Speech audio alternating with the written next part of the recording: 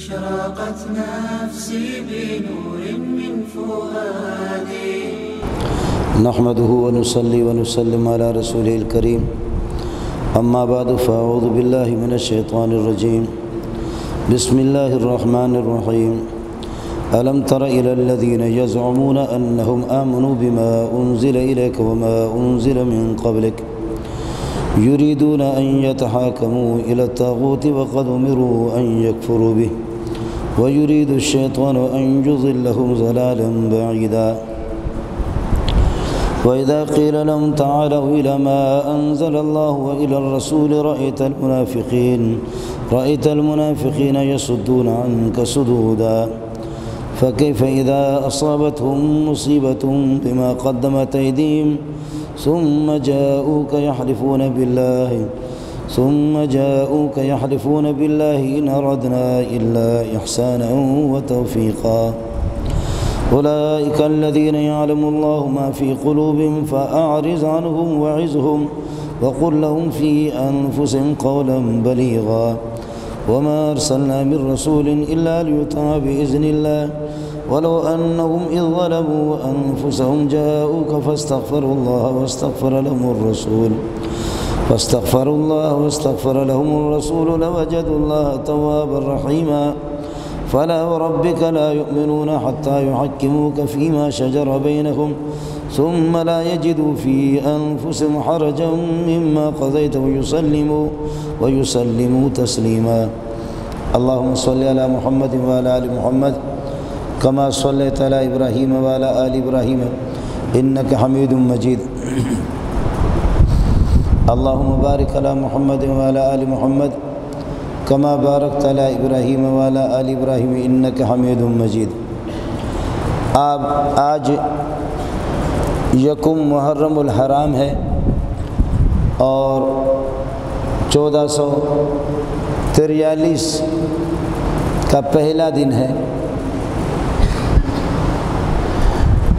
یکم محرم الحرام کو حضرت عمر فاروق رضی اللہ تعالیٰ عنہ کی شہادت ہے.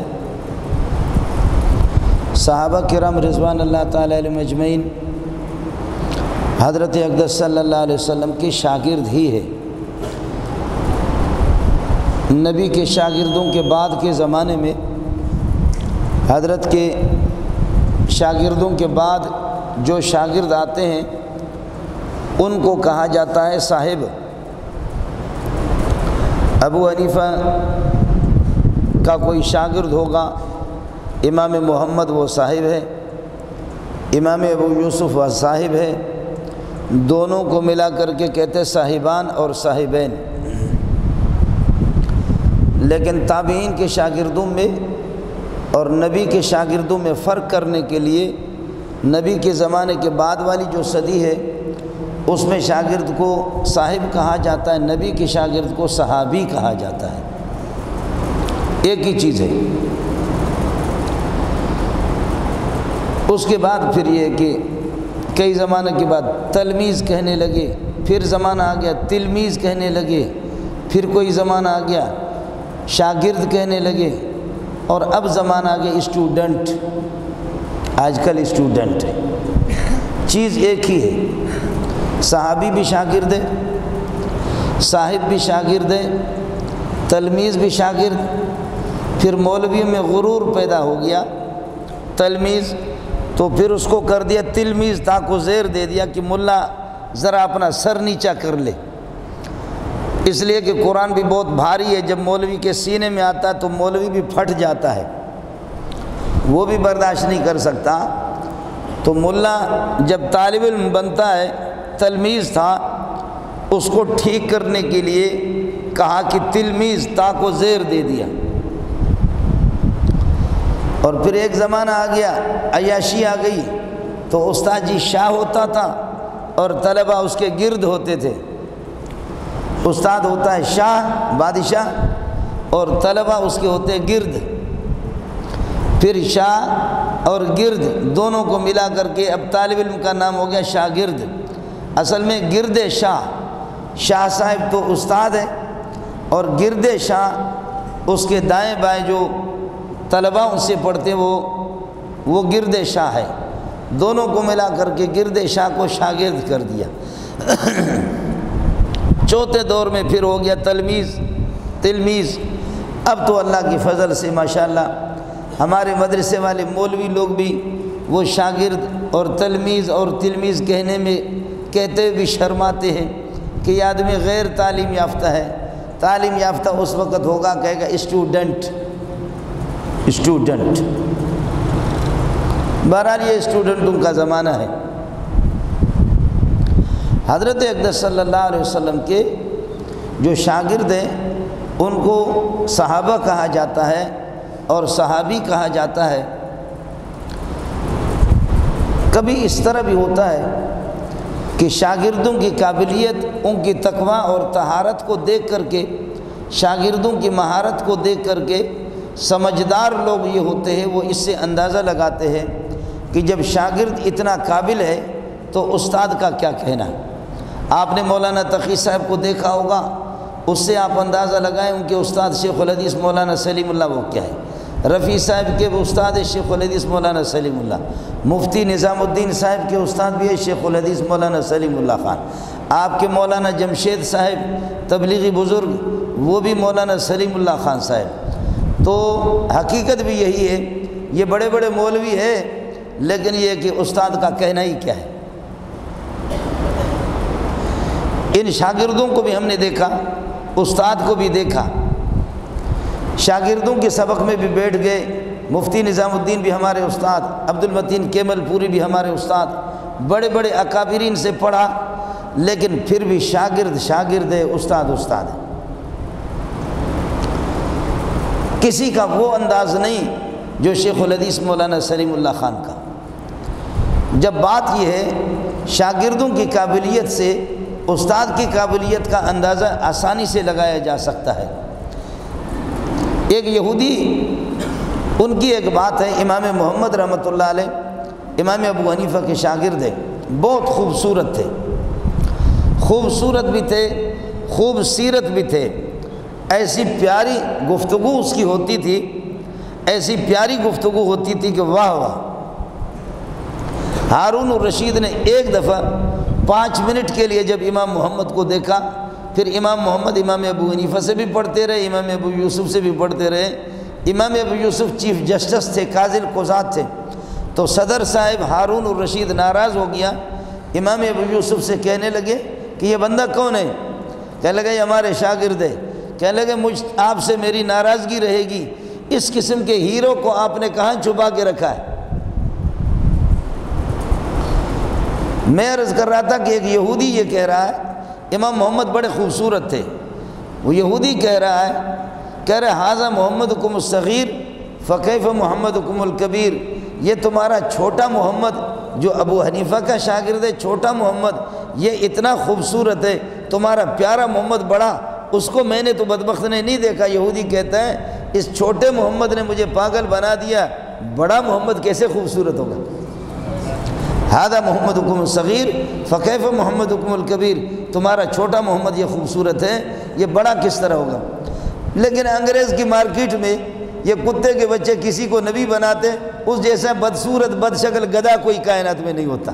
بے غیرت، کم از کم کسی سمجھدار کو، کسی خوبصورت کو تو پکڑ لو۔ آپ کے یہاں جتنے بھی نبی آئے، پاکستان اور ہندوستان کا ملک بڑا زرخیز ہے، نبی بنتے ہیں امریکہ سے لیکن آتے یہاں پر ہیں، مبعوث یہیں سے ہوتے ہیں۔ ان کا خدا امریکہ ہے، وہاں سے ان کو براہ راست مبعوث کرتا ہے۔ ان نبیوں پر بھی تمہارے کروڑوں لعنت، اور ان کے ماننے والوں پر کوئی وزیر اعظم ہو یا صدر ہو، اس پر بھی کروڑوں لعنتیں بھیجتا ہوں۔ نبی بڑا سہنا ہوتا ہے۔ حدیث میں آتا ہے نبی سے بڑا ولی اللہ کوئی بھی نہیں ہے۔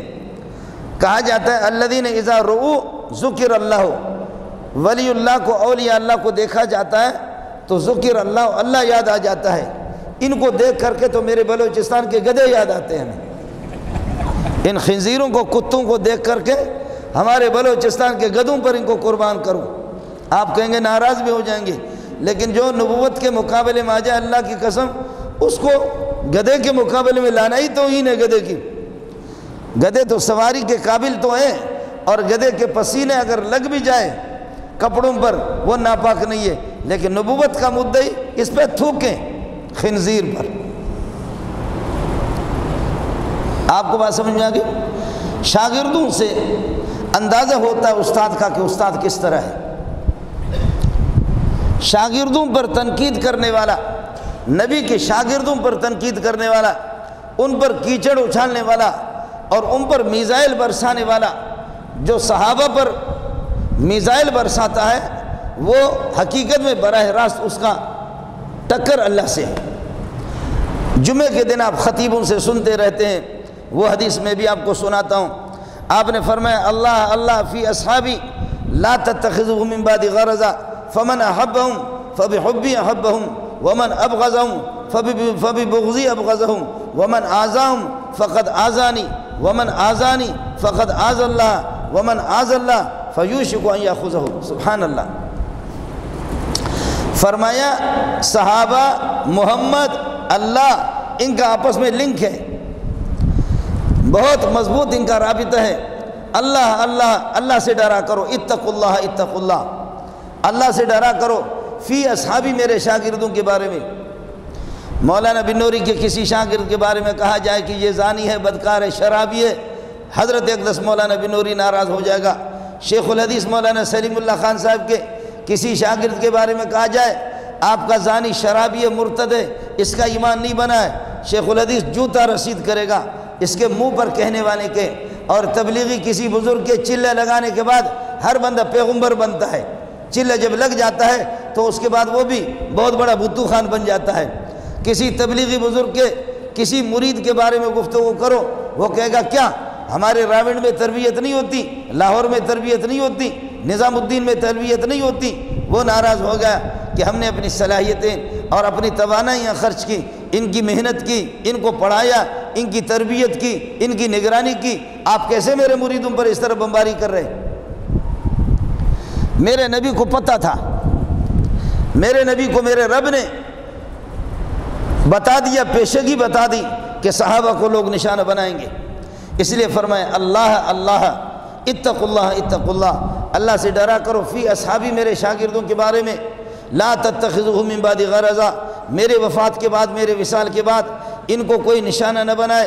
فمن احبهم فبحبی احبهم، ان کی محبت میری محمد رسول اللہ کی محبت ہوگی، ان سے جو محبت رکھے گا وہ مجھے اپنا محبوب بنا چکا ہے۔ ومن ابغضهم فببغضی ابغضهم، ان سے جو دشمنی رکھے گا اس کی دشمنی ابو بکر، عمر، عثمان، علی سے نہیں ہے، اس کی دشمنی محمد سے۔ ومن آذاهم فقد آذانی، جو میرے شاگردوں کو 1.25 لاکھ صحابہ اور صحابیات ہیں جو ان کو تکلیف دے گا، فقد آذانی، مجھے محمد کو تکلیف دی۔ ومن آذانی، اور جو مجھے تکلیف دے گا، میں تو اللہ کا شاگرد ہوں، پھر فقد آذ اللہ، وہ اللہ کی طرف تھوک رہا ہے، جو اللہ کی طرف تھوکے گا اس کا ٹھکانہ سیدھا جہنم ہے۔ واہ واہ واہ، اس سے بڑھ کر کے اور کون سمجھائے مسئلہ ہے؟ اور عجیب بات کی، عجیب بات کی، فرمایا واللہ یا عمر ما سلکت فجن ما سلکت فجن الا سلک الشیطان فجن غیر فجک۔ دوسری روایت فرمایا کہ یا عمر ما لقیک الشیطان سالکا فجن الا سلک فجن غیر فجک۔ عمر، آپ جس راستے سے جاتے ہیں شیطان اس راستے کو چھوڑ کر کے دوسری طرف بھاگتا ہے، وہ راستہ ہی چھوڑتا ہے۔ بلکہ آپ کو مزے کی بات بتاؤں، اگر کسی کو احتلام ہوتا ہے، کسی کو احتلام، اور جنابت تو خیر بیوی کے ساتھ ہوتی ہے، احتلام اگر کسی کو ہوتا ہے تو سوتے وقت آپ اپنے جو ہے نا اس سینے پر لکھ دے یا عمر، کوئی احتلام نہیں ہوگا، شیطان آئے گا نہیں۔ اپنے سینے پر لکھ دے یا عمر لکھ دے والسماء والطارق وما ادراک ما الطارق النجم الثاقب ان کل نفس لما علیہا حافظ فلینظر الانسان مما خلق من ماء دافق یخرج من بین الصلب والترائب انہ علی رجعہ لقادر یوم تبلی السرائر فما له من قوة ولا ناصر والسماء ذات الرجع والارض ذات الصدع انہ لقول فصل وما هو بالهزل انہم یکیدون کیدا واکید کیدا فمہل الکافرین امہلہم رویدا۔ اس کو پڑھ لے، اپنے اوپر دم کرے، اور یہاں لکھ دے یا عمر۔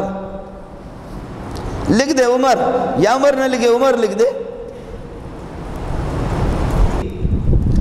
جب مؤذن کہتا ہے اللہ اکبر اللہ اکبر، اشہدو ان لا الہ الا اللہ اشہدو ان محمد رسول اللہ، تو فرماتے ہیں کہ ادبر شیطان وَلَهُ ذُرَاتٌ، شیطان وہاں سے بھاگ جاتا ہے جہاں اذان ہوتی ہے۔ واہ میرے نبی تیرے سمجھانے پہ قربان جاؤں۔ اب آپ کہیں گے ہم تو، آپ نے دیکھا ہے کہ آپ نے فرمایا کہ شیطان کو آپ نہیں دیکھ سکیں گے، وہ جن ہے، جن کو آپ نہیں دیکھ سکیں گے، اس کو گدھا دیکھ لیتا ہے۔ اذا سمعتم نہیق الحمار، گدھے کے ڈھینچو ڈھینچو جب سنو، فرماتے کہ پھر یہ کہ اعوذ باللہ پڑھا کرو۔ اذا سمعتم نہیق الحمار فاستعیذوا باللہ من الشیطان الرجیم، کہو اعوذ باللہ، اس لیے کہ گدھا دیکھتا ہے، اور تو یہ شیطان کی خوشی میں وہ بھی شیطان کو دیکھتا ہے، ہم نہیں دیکھتے۔ آپ نے فرمایا کہ مؤذن اذا سمعتم المؤذن فقولوا مثل ما يقول المؤذن، مؤذن کہتا ہے اللہ اکبر اللہ اکبر، آپ اللہ اکبر، اشہد ان لا الہ الا اللہ، آپ بھی کہیں اشہد ان لا الہ، اشہد ان محمد رسول اللہ، آپ بھی اشہد، حی علی الصلاۃ، آپ کہیں کہ لا حول ولا قوت الا باللہ العظیم، حی علی الفلاح، لا حول ولا قوت، اور اگر وہ کہیں حی علی الصلاۃ، آپ یہ کہہ دیں حی علی الصلاۃ، حی علی الفلاح، جس طرح وہ کہتا آپ بھی کہہ دیں۔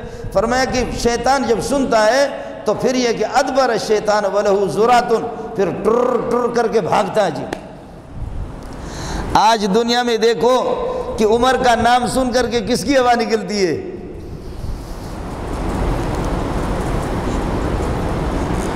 جس کی ہوا نہیں نکلے گی وہ عمری ہوگا، وہ صدیقی ہوگا، وہ فاروقی ہوگا، وہ عثمانی ہوگا، وہ علوی ہوگا، وہ محمدی ہوگا، اور جو عمر کا نام سن کر کے پر پر پر ایک ہی طرف، وہ ہے شیطان کا بچہ۔ چاہے وہ ہماری سوسائٹی میں پیدا ہو رہا ہے، اس سے کوئی فرق نہیں پڑے گا۔ آپ اس کو مسلمان کہہ دیں، آپ کے کہنے سے کوئی فرق نہیں پڑے گا۔ جو بے ایمان ہے، شیطان کا بچہ ہے، تیرے کہنے سے وہ تو کبھی بھی مسلمان نہیں بنے گا۔ اس نے، اللہ نے جب مہر لگا دی تو تیرے کہنے سے ہوگا کیا؟ واللہ یا عمر اللہ کی قسم، ما لقیک الشیطان، یہ حدیث رسول سنا رہا ہوں، جیو ٹیلی ویژن کی خبریں نہیں ہیں۔ ما لقیک الشیطان سالکا فجا الا سلک الشیطان فجا الا سلک فجا غیر فجک، جس راستے پہ تو چلتا ہے اس راستے کو چھوڑ کر کے وہ ظالم کا بچہ دوسری طرف سے جاتا ہے۔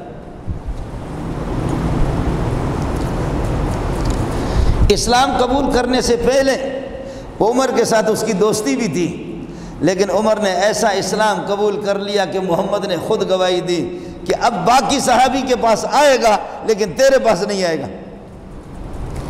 بخاری میں روایت ہے، حضرت ابو ہریرہ فرماتے ہیں صدقۃ الفطر کے بیت المال میں گندم، جو یہ چیزیں لوگوں نے جمع کی تھی غریبوں کے لیے، بیت المال میں جمع ہوتا تھا حکومت کی طرف سے، تو فرمایا کہ پیارے پیغمبر صلی اللہ علیہ وسلم نے فرمایا کہ ابو ہریرہ ان کی نگرانی کر لینا۔ بخاری کی روایت سنا رہا ہوں، فرمایا کہ میں نگرانی کر رہا تھا اور اس کے قریب میں سو گیا، آدھی رات کو ایک بوڑھا آ گیا اور وہ بوری لے کر کے، بوری کے اندر یہ نا وہ آٹا ڈال رہا تھا، گندم ڈال رہا تھا، میں نے پکڑ لیا قدم سے، پاؤں سے پکڑ لیا، میں نے چوری کر رہا، یہ بیت المال غریبوں کا مال ہے، تو چوری کر رہا ہے۔ کہنے لگے چھوٹے چھوٹے میرے بچے ہیں، کوئی چوری اختیار سے اپنے نہیں کرتا، خوشی میں نہیں کرتا۔ عزت مند انسان کبھی بھی چوری نہیں کرتا، کبھی بھی کوئی عزت مند چوری نہیں کرتا، آخر کوئی مجبوری ہے، اس مجبوری کے تحت میں نے چوری کی ہے، مجھے چھوڑ دو، مجھے چھوڑ دو، مجھے چھوڑ دو۔ حضرت ابو ہریرہ نبی کے شاگرد غریب صحابہ رحم دل بھی تھے کہ میں نے کہا کہ جی بڈھا آدمی ہے، داڑھی سفید ہے، میں نے کہا چل کتے کا بچہ آج کے بعد پھر آنا نہیں، میں نے اس کو چھوڑ دیا۔ صبح کو محمد کے درس میں گیا، رسول پاک کا درس، ہائے ہائے،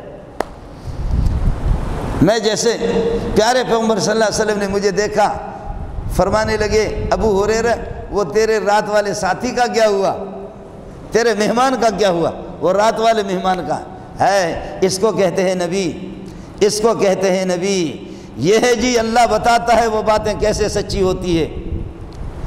غلام احمد قادیانی نے کہا مرنے سے پہلے محمدی بیگم سے میری شادی ہوگی، محمدی بیگم سے۔ وہ محمدی بیگم کسی اور نے شادی کر دی، اس خنزیر کو ملی بھی نہیں۔ اور وہ آدمی پھر کہتا تھا، جلسہ کر کے ہندوستان میں کہتا تھا، لوگو او قادیانیو، او قادیانیوں، اپنے اس لونڈے باز نبی کو تو روکو جو میری بیوی کے پیچھے پڑا ہوا، جس کو الہام ہو رہا ہے اور جس کو وحی ہو رہی ہے کہ محمدی بیگم مرنے سے پہلے وہ نہیں ہوا۔ یہ جھوٹے لوگ، جھوٹے قسم کے لوگ، یہاں وہ نہیں ہے۔ ابو ہریرہ کہتا ہے کہ میں نے کہا جی وہ بڈھا تھا، جی ہاں ہوا اس طرح، ایک چوری پہ آیا تھا، میں نے پکڑ لیا لیکن وہ چلا گیا، مجھے ترس آ گیا، میں نے فرمایا خیال کر لینا پھر آئے گا۔ آئے ہے، رات کو پھر میں سو گیا، پھر واپس بڈھا آ گیا، پھر وہ چوری کر رہا تھا، بوری میں ڈال رہا تھا، میں نے پکڑ لیا، میں نے کہا خنزیر زوئے چیر زے کہاں جاؤ گے، پکڑ لیا، پھر میں نے پکڑ لیا۔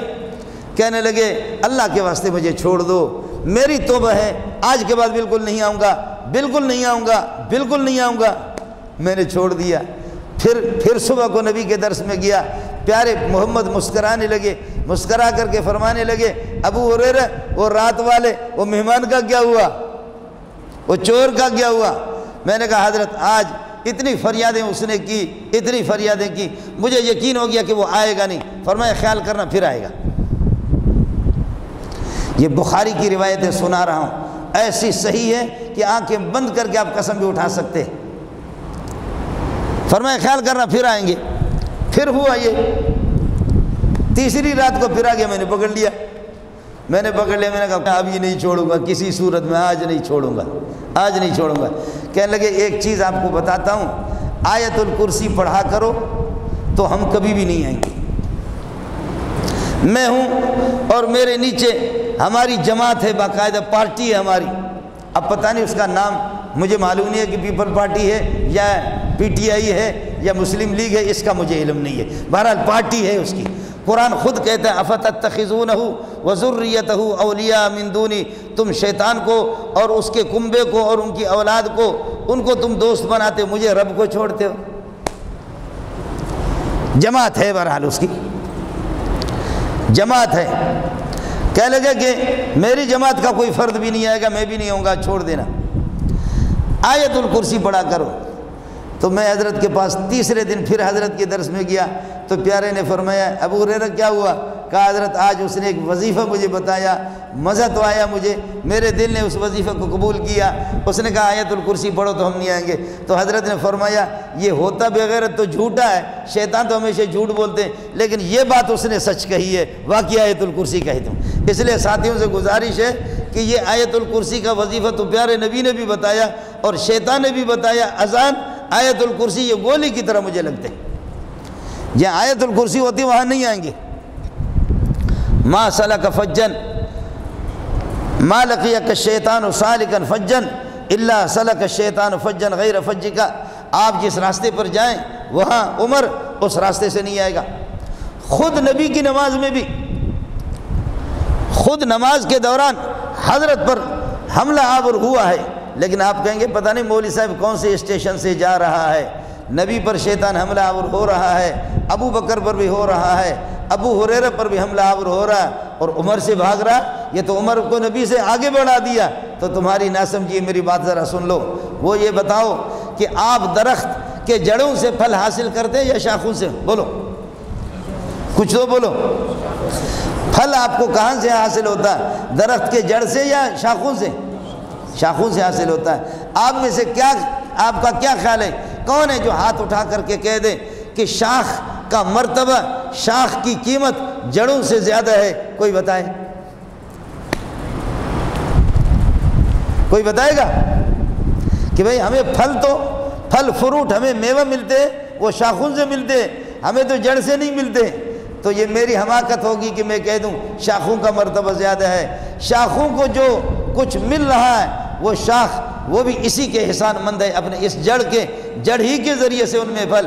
تو اصل جڑ مرکز محمد ہے، قربان جاؤں اس، اصل جڑ اور اصل مرکز محمد رسول اللہ صلی اللہ علیہ وسلم ہے۔ لیکن ہر بندے کی خصوصیت ہوتی ہے، ابو بکر کے اندر رحم دلی ہے، حضرت عمر کے اندر سخت مزاج بھی ہونا چاہیے، سخت مزاج۔ جیسے کہ ہمارے، اللہ معاف کرے، ہمارے بعض مولوی لوگ باتیں بھی ایسے کرتے خنسا اور کھدڑے کی طرح، اور یہ بتاتے کہ یہ نرم اس طرح، لہجہ بھی بالکل اپنا، بعض صوفی صاحبان اپنا لہجہ بھی وہ خنسا اور کھدڑوں والا ہے، یہ نہیں ہوتا مرد کا لہجہ،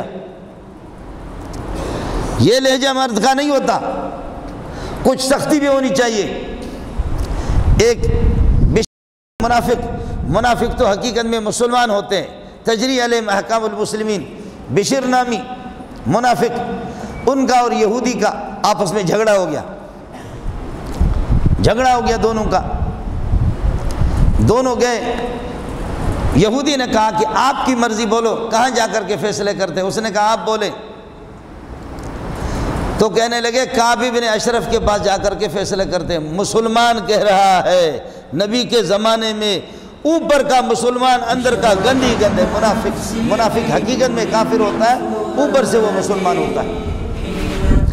منافقین پر احکام جاری ہوں گے مسلمانوں کے، لیکن اللہ کے ہاں اصل میں وہ کافر ہے، نفاق اعتقادی ہو۔ مسلمان جو ظاہری مسلمان ہے وہ کہہ رہے کعب بن اشرف کے پاس جو یہودی ہے۔ منافق نے کہا کہ نہیں، آخر منافق نے مجبور کیا، منافق نے کہا آپ کا نبی ہے، میں تو یہودی ہوں لیکن آپ کے نبی کی اخلاق کو میں جانتا ہوں۔ کعب بن اشرف نہیں، آپ یہودی پر زور لگا رہے ہیں، نہیں کعب بن اشرف پر نہیں، آپ کے نبی کے پاس محمد رسول اللہ، میں اگرچہ بدبخت ہوں، میرا ایمان نہیں ہے، لیکن فیصلہ محمد کے پاس لے جائیں گے۔ آخرکار اس فوٹو اسٹیٹ مسلمان کو انہوں نے مجبور کر دیا، یعنی منافق اور یہودی دونوں پیارے کے پاس گئے، فیصلہ یہودی نے اپنا دعویٰ سنا دیا، مسلمان تو نہیں تھا، منافق تھا، لیکن اوپر سے مسلمان۔ اس نے کہا چونکہ چنانچہ دراصل میں یوں اس بات کا تعلق ہے حضرت، جہاں تک یہ کہا جا سکتا ہے، یوں کہا جا سکتا ہے، یوں کہا جا سکتا ہے، پو۔ حضرت نے فرمایا پو نہیں کرو، تم غلط ہو، یہ چیز یہودی کی ہے۔ فیصلہ یہودی کے حق میں ہو گیا۔ اب اس کو الرجی ہوگی، مسلمان کو الرجی ہوگی، خارش لگ گئی کہ ہمارا نبی یہودی کے حق میں فیصلے دے دے۔ قرآن میں کئی مقامات ہے جہاں فیصلہ ظاہری کسی مسلمان کا، یعنی منافقوں کا اور یہودیوں کا اور عیسائیوں کا جھگڑا ہوا، فیصلے لے گئے، انشاءاللہ وقت پہ آپ کو بتا دوں گا، فیصلہ محمد رسول اللہ کے پاس لے گئے۔ نبی نے کئی مقامات پر چیز جس کی ہو، حقیقت جس کے یہ کہ تصدیق کرے، نبی نے یہودیوں کے حق میں فیصلہ دیا اور عیسائی کے، جب جس کی چیز ہوگی تو اسی کے حق میں فیصلہ دیں گے۔ حضرت نے یہودی کے حق میں فیصلہ دے دیا۔ مسلمان کو خارش لگ گئی، منافق کو کہنے لگے میں اس فیصلے کو نہیں مانتا، باہر جب نکلے اس فیصلے کو نہیں مانتا۔ کہا پھر یہودی نے کہا اس کو نہیں مانتے، بتاؤ محمد کو جب نہیں مانتے ہو تو پھر بتاؤ، معاف کیجئے گا، معاف کیجئے گا، معاف کیجئے گا، معاف کیجئے گا۔ آپ کے کتنے فیصلے آپ کے مولویوں کے مرضی کے مطابق شریعت پہ ہوتے اور کتنے آپ کے کورٹوں پہ ہوتے ہیں۔ میں صرف اللہ کا حکم آپ کو بتا سکتا ہوں، میری بھی کمزوری ہے اور آپ کی کمزوری ہے۔ یہ کورٹ، میں اللہ کے گھر میں بیٹھا ہوں، خدا کی قسم کھا کے کہتا ہوں، میں نے بڑے وکیل اور ججوں سے پتہ کیا کہ تم مدعی اور مدعا علیہ کا فرق کس طرح کرتے ہو، اللہ کی قسم ان کو یہ بھی معلوم نہیں ہے۔ ہم لوگوں کو یہ انگریزی کی ABCD یہ چیزیں نہیں آتی، لیکن جو گر میرے محمد نے بتایا فیصلے کرنے کے، وہ انگریز جج کے باپ کو بھی طاقت نہیں ہے۔ چاہے تمہارا چیف جسٹس بھی ہو، اس کو ہم سے بات کرا دو، میں شراب کی بوتل پی کر کے نہیں کہہ رہا ہوں، ملا سے بات کرا دو، دماغ اٹھ کر کے ادھر پھینک دے گا اس کو۔ ہمارے پاس ایسے علماء ہیں، میں انگریزی بات نہیں کہ جیسے ادھر سے ٹائی لگایا، سر ننگا کر دیا، بس پتلون ڈال دیا، قمیص نکال دی، بس وہ بہت بڑا تعلیم یافتہ ہو گیا۔ مدعی مدعا علیہ کہیں کو پتہ نہیں ہے۔ انگریز کو فیصلہ کرنے کا طریقہ آپ کی انگریزی کتابوں میں فیصلے کے طریقہ آئے کہاں سے؟ یہ سارے گر میرے نبی نے بتائے۔ کہنے لگے چلو، یہودی نے کہا چلو اگر بات نہیں مانتے اب بتاؤ کس کے پاس؟ تو کہنے لگے عمر کے پاس لے جاتے ہیں۔ اور مسلمان نے کہا عمر کے پاس۔ اس کو یہ توقع تھی کہ عمر جوشیلے اور جذباتی آدمی ہے، اس کو میں کہوں گا یہودی کی حق میں فیصلہ ہوا ہے اور مسلمان ہار گیا ہے تو عمر غصے میں آئے گا، کہے گا یہودی کون ہوتا ہے، میرے حق میں فیصلہ دے دے گا۔ چلے گئے دونوں. حضرت عمر کا دروازہ کھٹکھٹا ٹک ٹک ٹک ٹک ٹک. حضرت عمر باہر آ گئے, سنگالے جوڑے دا کمزانہ راغلے دے سڑے. کہاں سے آ گئے آپ لوگ, یہ بتا تو دو. دونوں نے اپنی بات بتا دی. یہودی نے کہا کہ اتنی بات حضرت آپ کو معلوم ہونی چاہیے, میں یہودی ہوں, یہ فیصلہ آپ سے پہلے آپ کے نبی کے پاس بھی گیا ہے, فیصلہ ہو چکا ہے میرے حق میں, لیکن یہ بندہ جو مسلمان ہے, فوٹو اسٹیٹ مسلمان ہے, یہ مطمئن نہیں ہے, یہ کہتے ہیں کہ دوبارہ عمر سے فیصلہ کراتے ہیں. تو میں نے کہا چلو جس کی حق ہوگا, عمر تو اس کا حق اٹھا کر کے تو نہیں دے گا, تو چلو عمر کے پاس فیصلہ کرتے ہیں. حضرت عمر نے فرمایا اچھا فیصلہ ہو چکا ہے؟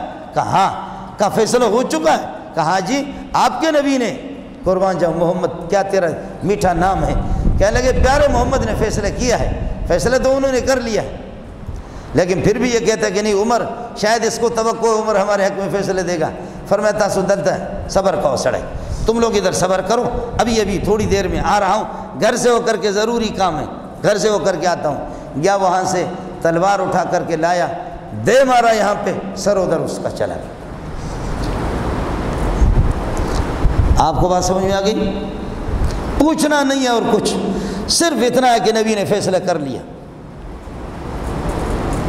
اور کچھ نہیں کہ تم اپنے دلائل پیش کرو, تم اپنے ثبوت پیش کرو. عمر اس فیصلے کو دوبارہ کیسے سنے گا کہ تم بتاؤ تمہارے دلائل کیا ہے, تمہارے گواہ کیا ہے, حقیقت کیا ہے, کس چیز کی جھگڑا ہے, کب سے ہے, کیوں کر ہوا, چونکہ چنانچہ. پوچھا ہی نہیں, بس اتنی سی بات اس سے پوچھا, نبی نے فیصلہ کیا ہے؟ کہا ہاں. یہودی نے کہا کہ کیا ہے فیصلہ؟ کہا نبی کے فیصلہ تسلیم نہیں ہے. کہا کہ نہیں آپ اس کو دوبارہ سن لیں. کہا سنتا ہوں دوبارہ. جیسے کہ ہمارے یہاں بہت سے لوگ مولوی کے پاس فیصلے کے لیے آتے, مولوی ایک گروپ کے حق میں فیصلہ دیتا ہے, دوسرا مولوی کے کہتا تھا خنزیر بچے تھا, خر بچے, مولوی صاحب خر بچے, لہذا کورٹ میں جا کر کے چیک, وہاں پر یہ کہ اللہ آپ کا بھلا کرے, اس کو جا کر کے چیلنج کرتا ہے کورٹ میں, اور پھر رشوت دیتا ہے. وکیل بیٹھے ہوئے, جج بیٹھے ہوئے, جج کو کچھ دے دو, وہ کالا کو سفید کرے گا, سفید کو کالا کرے گا. جس کا رخ قبلے کی طرف ہے لانڈی کی طرف اس کا رخ کرے گا, اور جو لانڈی کی طرف رخ ہے اس کو خوددار کی طرف کرے گا. ججوں کے یہاں, وکیلوں کے یہاں تو کوئی مسئلہ ہی نہیں ہے جی, پیسے دے دو جی. حضرت نے گردن اڑا دی اس کی. اس کے رشتہ دار آ گئے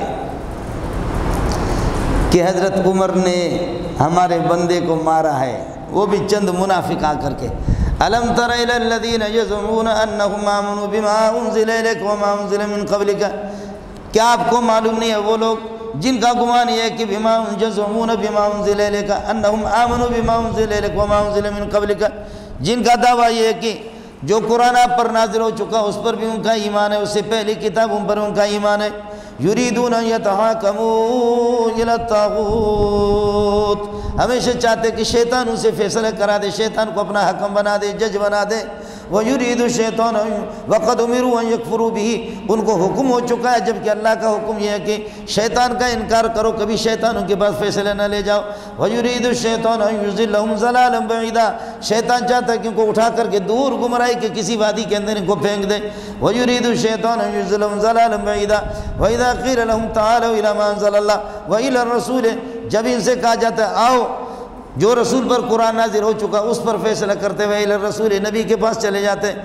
یصدون عنک صدودا رأیت المنافقین یصدون عنک صدودا, تو منافق کو آپ دیکھیں گے کہ وہ آپ سے پرے پرے پرے کٹتے ہیں, بھاگتے ہیں کہ کسی طرح محمد کے پاس جانا نہیں ہے. اور جب یہ ہے کہ منافق کو جب مصیبت پہنچتی ہے تو پھر آ کر کہتے ہیں کہ فَكَيْفَ إِذَا أَصَابَتْهُمْ مُصِيبَةٌ بِمَا قَدَّمَتْ أَيْدِيهِمْ, ان کی بد کرداری کی وجہ سے جب مصیبت آتی ان پر, مصیبت آ گئی, عمر نے گردن اڑا دیا. اب اس کے دوسرے صوفی پہنچے ہوئے, وہ کہتے ہیں کہ وہ آ کر کے کہتے ہیں کہ یحلفون باللہ, قسم اٹھاتے ہیں, ان اردنا الا احسانا و توفیقا, حضرت ہمارا مقصد تھا کہ کچھ بہتری ہو جائے اور کچھ موافقت ہو جائے اور ایک صلح کی سی صورت ہو جائے, صلح کی سی. ہم نبی کی فیصلے کو رد کرنا نہیں چاہ رہا, ہمارا جو مردار, ہمارا جو سردار, جو ہمارا مردار ہو چکا ہے, حضرت وہ آپ کے خلاف نہیں تھا, عمر نے غلط فہمی میں اس کی گردن اڑا دی.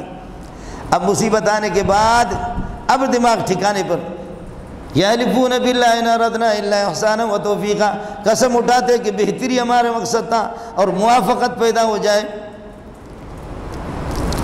اللہ فرماتے اولئک الذین یعلم اللہ ما فی قلوبہم، اللہ کو پتہ ہے کہ ان کے دل کے اندر گند ہی گند ہے، منافق کے دل کے اندر گند ہی گند ہے۔ میرے پیارے آپ کو جھوٹ بول کر کے آپ کو غلط پٹی بڑھانا چاہ رہے ہیں، یہ جھوٹ بول رہے ہیں۔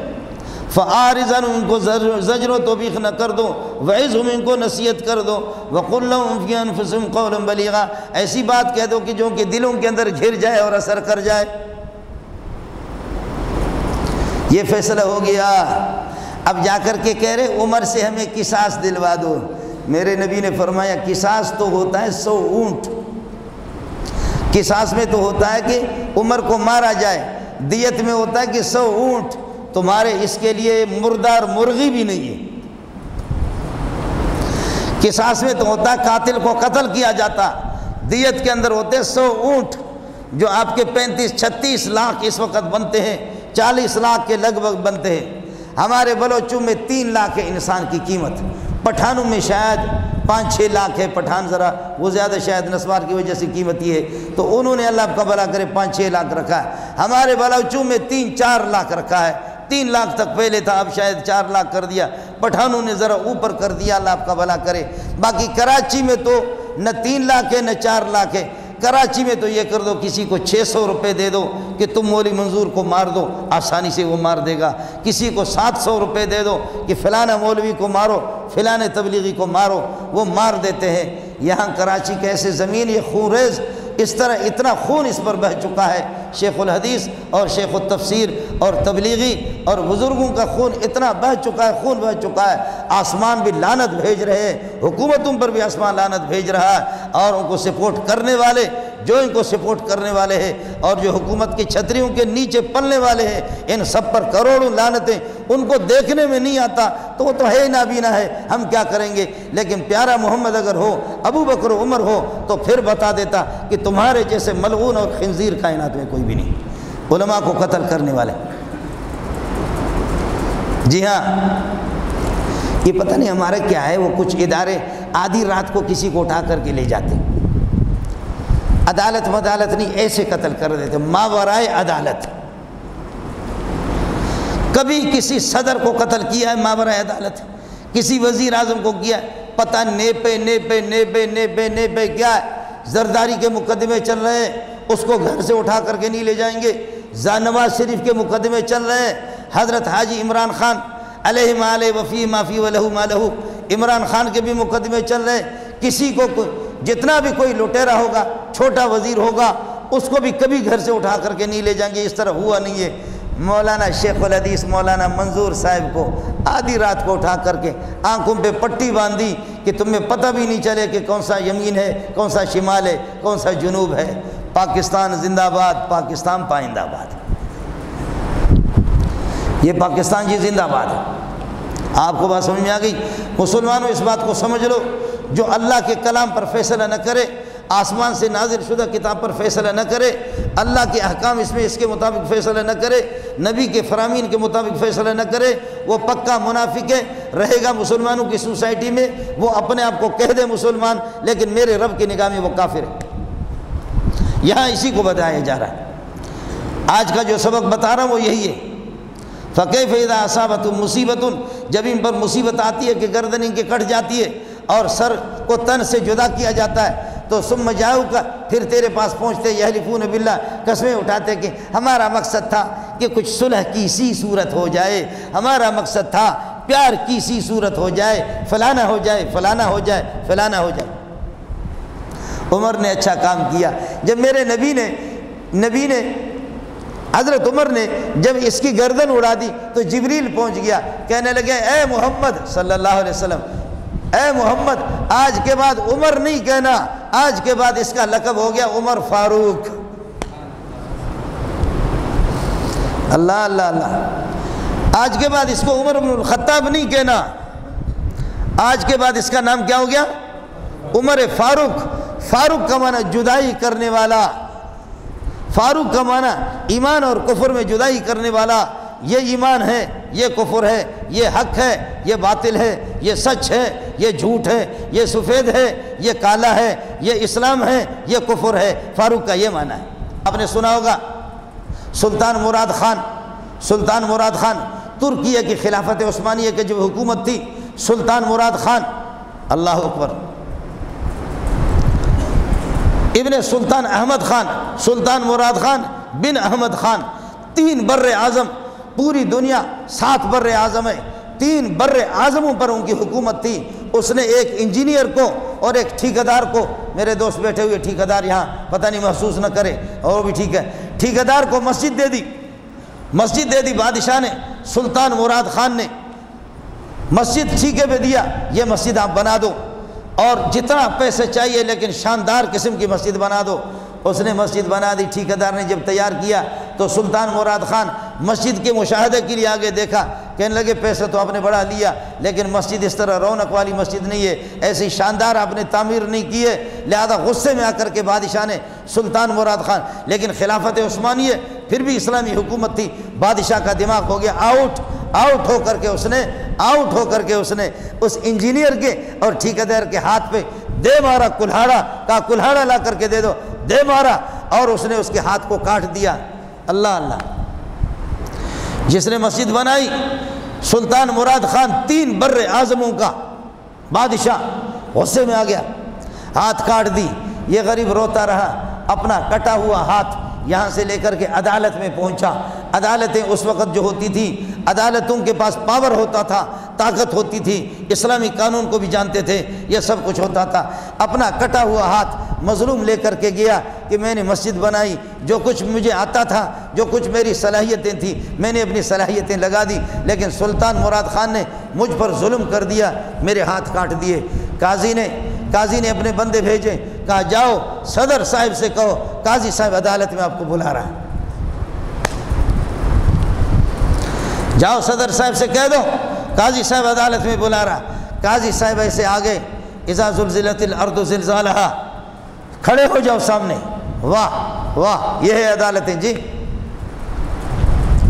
کھڑے ہو جاؤ ادھر، بولو کس جرم میں تم نے اس ٹھیکیدار کی اور اس کاریگر کا ہاتھ آپ نے کس جرم میں کاٹا؟ کہنے لگے سرکار اس نے کام میں تھوڑی سی کوتاہی کی ہے، لیکن پھر بھی کوتاہی تو تھی، لیکن ایسا نہیں تھا کہ اس کا ہاتھ کاٹا جائے، میرا قصور ہے، مجھے غصہ زیادہ آ گیا، میں نے ہاتھ کاٹ دیا۔ قاضی نے، چیف جسٹس نے فوراً حکم دیا کہ بادشاہ سلامت اگرچہ 3 بر اعظموں کا صدر ہے اور اللہ آپ کا بھلا کرے خلیفہ ہے، لیکن یہ ہے کہ اس کے پاس کوئی دلیل نہیں ہے۔ حکم دیا جلاد کو، کہنے لگے کہ فوراً اس کا ہاتھ کاٹ دو۔ آپ لوگ اردو سمجھ رہے ہیں، ہمیں بلوچی میں بتا دوں آپ کو۔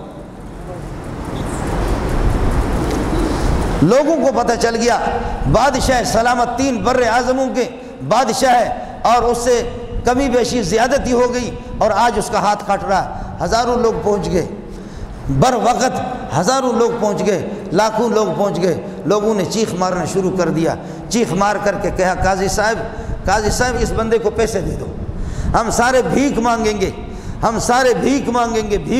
گے، اس کو پیسے دے دو۔ اونٹ مانگتا ہے، زمینیں مانگتا ہے، جائیداد مانگتا ہے، اس کے ساتھ زیادتی ہوئی ہے، ہاتھ کٹ گیا ہے، ہم سارے اس بات کو برداشت تو کریں گے، ہم بھیک مانگ کر کے اس کی جھولی بھر دیں گے، اس کی حویلی کو سونا چاندی سے بھر دیں گے، اس کے ساتھ زیادتی ہوئی ہے، لیکن اس طرح نہ کرو، رحم کرو، ہمارے بادشاہ کے ہاتھ نہ کاٹو، یہ عادل آدمی ہے، انصاف والا ہے، یہ اس سے غلطی ہو گئی، اس کا ہاتھ نہ کاٹو۔ قاضی صاحب اٹھا، قاضی صاحب نے کہا نہیں، کوئی معافی نہیں ہوگی۔ پھر یہ ہوتا تھا، ایک بڑا سا درخت کا تنا لاتے تھے اور اس تنا پر کسی کے گردن کو اگر اڑانا ہوتا تھا تو آدمی اپنی گردن اس طرح رکھتا تھا تو پھر وہ جلاد آ کر کے تلوار ایسے مار دیتا تھا۔ کسی کے ہاتھ کو اگر کاٹنا ہوتا تھا قاضی صاحب تو وہ اپنے ہاتھ کو اس طرح تخت پہ رکھتا تھا، اس کے درخت کے تنے پر رکھتا، پھر جلاد تلوار اٹھا کر کے اس کے ہاتھ کو کاٹتا تھا۔ لوگ چیخے مار کر کے رو رہے کہ اللہ اس بندے سے کہہ رہے ٹھیکیدار صاحب معاف کر دو، ٹھیکیدار صاحب معاف کر دو، ٹھیکیدار صاحب معاف کر دو۔ ٹھیکیدار نے کہا نہیں، میرے بھی تو بچے ہیں، میری بھی بیوی ہے، میرے بھی ماں باپ ہیں، میرے بھی بھائی ہیں، میرے ظلم و زیادتی کر کے مزدوری پر کام کرنے والا تھا، اس نے میرا ہاتھ کاٹ دیا، معاف کرنا نہیں ہے۔ اللہ اللہ،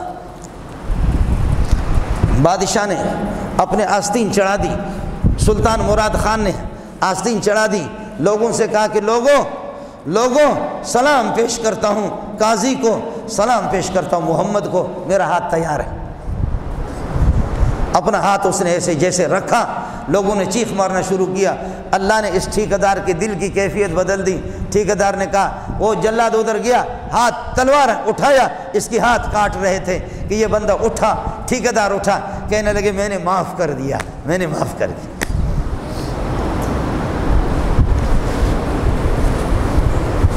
آپ بات سمجھ رہے؟ بادشاہ بھی رونے لگے، سلطان مراد خان بھی رونے لگے، اور لوگ بھی رونے لگے، آ کر کے اس کو چوم رہے اور اس کے پیشانی پر یہ کہ بوسے بھی لے رہے ہیں کہ آپ نے بڑا کمال، بڑا احسان کر دیا۔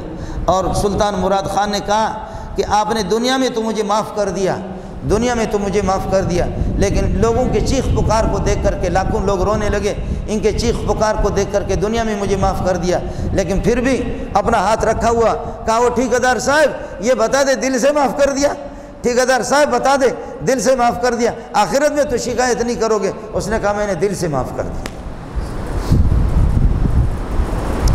یہ فلا وربک، تیرے رب کی قسم ہے، لا یؤمنون، اس وقت تک یہ مومن بن بھی نہیں سکتے، حتیٰ یحکموک، یہاں تک کہ آپ کو جج بنائے، فیما شجر بینہم، آپس کے اختلافات میں، جہاں مسلمانوں کے جھگڑے ہوں گے، ان جھگڑوں کا فیصلہ کریں گے آپ کی شریعت کے مطابق، تو پھر ایمان مکمل ہوگا۔ وَيُسَلِّمُ تَسْلِيمًا ثُمَّ لَا يَجِدُوا فِي أَنفُسِهِمْ حَرَجًا، اللہ کے فیصلے کو بانے کے بعد دل کے اندر کوئی تنگی بھی نہیں ہوگی۔ وَيُسَلِّمُ تَسْلِيمًا، اس کو بڑی خوشی سے تسلیم کریں گے اور کہیں گے چشم ما روشن دل ما شاد، تو تب مومن بنیں گے، فیصلہ قرآن کے مطابق ہو۔ یہ سب کچھ عمر نے کیا، یہ سب کچھ عمر نے کیا۔ عمر نے کچھ لوگوں کو کوڑے مارے، جوش میں آ گئے، بعد میں دیکھا کہ اس کا قصور اتنا نہیں تھا، عمر اپنی قمیص ہٹاتا ہے، کہتا ہے کہ مجھے کوڑے مار دو۔ عمر قمیص ہٹاتا ہے، کہتا ہے کہ مجھے مار دو۔ عمر ایک گھر کے اندر رات کو گانے کی آواز آ رہی ہے، ایک خاتون گانا گا رہی ہے، حضرت عمر گشت کر رہا ہے اور گانے کی آواز آ رہی ہے، گانے کی آواز آ رہی ہے، فواللہ لولا اللہ تخشى عواقبہ لزحزحت علی ھذا السریر جوانبہ، اگر اللہ کا خوف نہ ہوتا میں خاتون اس چارپائی کو توڑ دیتی۔ نئی شادی ہو گئی تھی، شوہر نہیں تھا، نیند نہیں آ رہی ہے، چارپائی کو ہلا رہی ہے، گھر پہ کوئی بھی نہیں ہے۔ حضرت عمر نے دروازہ کھٹکھٹایا کہ اس قسم کے عشقیہ اور اس قسم کے اشعار یہ ایک خاتون کے گھر سے نکلے، اس گھر سے عاشقوں کی آواز آ رہی ہے، تو کوئی دروازہ نہیں کھولا۔ پھر دروازہ کھٹکھٹایا، پھر کسی نے نہیں کھولا۔ اب ساتھیوں کو یقین ہو گیا کہ اندر کوئی یار باشی ہو رہی ہے، اس لیے حضرت عمر نے چھلانگ مارا کہ اندر کوئی یار باشی غلط کاری تو نہیں کر رہے۔ دیکھا کہ گھر میں کوئی نہیں ہے، ایک نوجوان خاتون ہے، اس نوجوان خاتون کو دیکھا، حضرت عمر کے سر جھک گئے، کہنے لگے کہ بیٹی آپ کی آواز اس وقت کیسے نکل رہی؟ کہا ابا جی آپ کون ہیں بولو؟ کہنے لگے عمر ہوں۔ کہا عمر نکل جا میرے گھر سے، تو ہمارا ابا ہے، امیر المومنین ہے۔ قرآن کہتا ہے لا تدخلوا، واہ واہ، اس زمانے کے خواتین بھی قرآن کے حافظات، عالمات، مفسرات ہوتی۔ قرآن کہتا ہے لا تدخلوا بیوتا غیر بیوتکم، اپنے گھر کے علاوہ کسی کے گھر میں داخل نہ ہو جا حتی تستانسوا، اجازت لے لو۔ آپ کو میں نے اجازت نہیں دی ہے، گھر والوں نے کسی نے اجازت نہیں دی، آپ میرے گھر میں کیسے داخل ہو گئے؟ اور قرآن کہتا ہے کہ حتی تسلموا، سلام کرو، تو نے سلام بھی نہیں کیا، ایسے چھلانگ مارا۔ میرا نبی کہتا ہے کسی اجنبی خاتون سے بات بھی نہ کرو بغیر ضرورت کے، آپ میرے ساتھ کیوں بات؟ گیٹ آؤٹ، نکل جا۔ ہے عمر رونے لگے۔ عمر نے کہا میرا قصور ہے، معافی مانگتا ہوں، مجھ سے غلطیاں ہو گئی، لیکن تو بتا میری بیٹی آدھی رات کو گانا گا رہی ہے، کیوں گانا گا رہی ہے؟ کہنے لگے ابا جی ابھی ابھی شادی ہو گئی ہے، میرے بیٹے کو آپ نے سرحد پر بھیجا ہے، میرے بیٹے کو سرحد پر بھیجا ہے، آخر مجھے نیند نہیں آ رہی تو گانا گا کر کے پھر تو اپنا وقت پاس کر لیتی ہوں، اور کیا کروں۔ اس کے بعد حضرت عمر نے آرڈر جاری کر دیا، ہر فوجی کو 4 مہینے کے بعد ضرور گھر بھیجنا ہے، چھٹی دیتے تھے۔ یہ ہمارے فوجیوں میں بھی شکر ہے، یہ 4 مہینہ پتہ نہیں ان میں ہے یا نہیں ہے کچھ، لیکن تبلیغیوں میں ہے 4 مہینے کے بعد چھوڑ دیتے۔ 4 مہینہ 10 دن کے بعد تبلیغیوں کو اللہ جزا خیر دے، وہ چھوڑ دیتے آدمی کو کہ تم نے اپنی روحانی اصلاح کر لی، اب جا کر کے جسمانی بھی اپنا گند نکالو، جاؤ گھر جاؤ۔ 4 مہینے کے بعد تبلیغ والے، اللہ ان کو جزا خیر دے، شکر ہے یہ تبلیغی یہ کرتے ہیں۔ ہے دنیا فتح ہو گئی، کائنات فتح ہو گئی۔ جتنا حضرت عمر کے دور خلافت میں، یہ آپ کو میں عجیب بات بتاؤں، روس کی بارڈر تک میں گیا ہوں، روس کی بارڈر تک، یہ سارے علاقے ایرانیوں کے، یہ سارے علاقے حضرت عمر کے جوتے ان کو پڑ گئے۔ یہ ایران کو حضرت عمر نے فتح کیا تھا، اور ان علاقوں میں کئی دفعہ گیا ہوں جن کا انہوں نے نام رکھا ہے صدیق آباد۔ اب لوگ کہتے ہیں صدیق آباد خلیفہ، حضرت ابو بکر کی طرف ان کی نسبت کی، اس وجہ سے آج تک ایسی مرچ ان کو لگی ہے، عمر پر لعنتیں بھیج رہے۔ ہرقل کی لشکر یرموک کی لڑائی میں 1,05,000 آدمیوں کو حضرت عمر نے مردار کیا، اور 40,000 کو گرفتار کیا، سب کو سبحان اللہ۔ اس وقت اتنی تعداد بھی نہیں تھی۔ 1,05,000 کو حضرت ابو عبیدہ ابن الجراح لشکر کو بھیجا، کہا ابو عبیدہ جا۔ ہرقل کون ہوتا ہے؟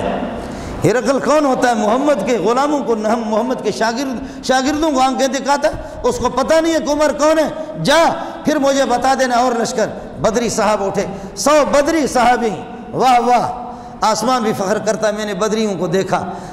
100 بدری صحابہ، 4,000 مسلمان شہید ہو گئے اس لڑائی میں، 4,000، لیکن 1,05,000 مردار ہو گئے، اور ان کے لوگ تھے، اس وجہ سے یہ لعنت بھیج رہے۔